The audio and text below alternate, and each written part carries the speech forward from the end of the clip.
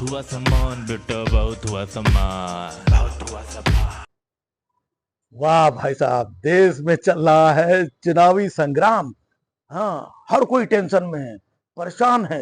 नहीं नहीं, मोदी जी तो परेशान है ही है, लेकिन आपको पता है कि सबसे ज्यादा कौन परेशान है? हम बताते हैं आपको।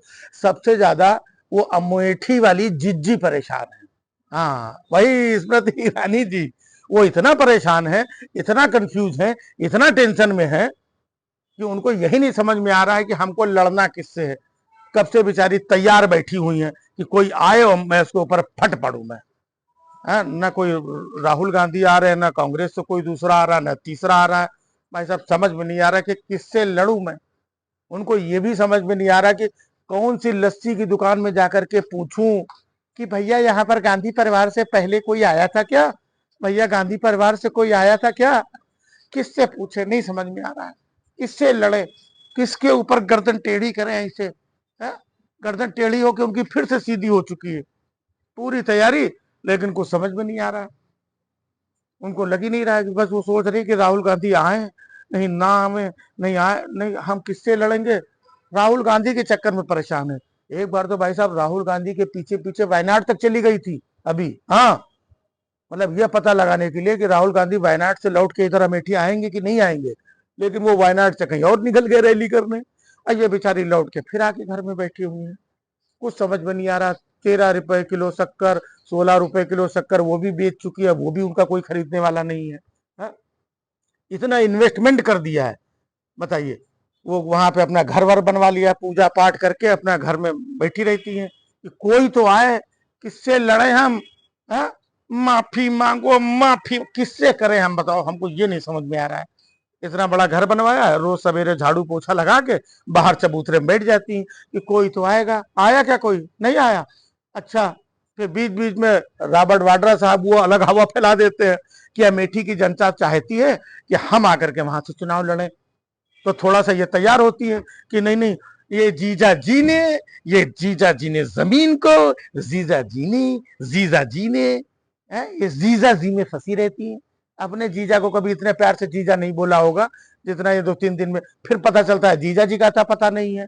किससे लड़ूं मैं, कहां पे फट पड़ू मैं? तैयार बैठी हूं एकदम फटने के लिए, कि कैसे भी करके माहौल बने।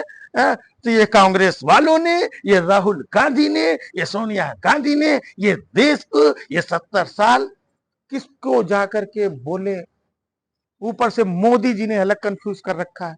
इतना बड़ा 4 कमरे का घर बनवाया है, और मोदी जी ने क्या कह दिया?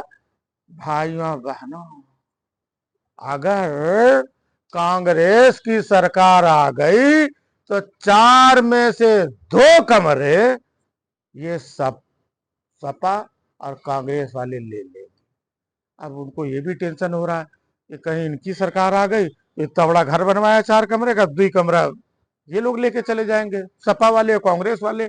तो कहाँ जाएं, क्या करें? इसी टेंशन में वो उधर अपना अयोध्या जाकर के मंदिर वंदिर कराएंगे, चलो कहीं से शांति मिले। तो शांति के चक्कर में गई थी, चुनाव के चक्कर में नहीं गई थी वो।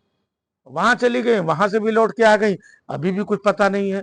अरे तो भैया राहुल गांधी जी, क्लियर कर दो, इनका बीपी बढ़ रहा है, टेंशन में आ रही हैं। हाँ, कि भैया कौन लड़ेगा, आप लड़ोगे या नहीं लड़ोगे। लेकिन स्मृति दीदी को एक बात हम क्लियर बता दें कि जो भी आएगा, जो भी लड़ेगा, आपको ससम्मान बुरिया बिस्तर झोला पूरा आपका पैक करके बंबई तक छोड़ के आया जाएगा। आप फिर आराम से वहां रहना। हो गए 5 साल अमेठी के। है? ये राहुल गांधी ने माफी मांगो, सब तो करके देख लिया, आपको समझ में नहीं आ रहा। तो सबसे ज्यादा परेशान जो है स्मृति ईरानी दीदी जी हैं, क्योंकि इनके सामने कोई लड़ने के लिए नहीं आ रहा है। आएगा मतलब आगे पीछे आएगा, जब तक इनकी तैयारी ठुस पटाखा, फिर क्या तैयारी कुछ समझ में नहीं आ रहा है, कंफ्यूजन चल रहा है भाई साहब। बहुत हुआ सम्मान बेटा, बहुत हुआ सम्मान, बहुत हुआ सम्मान।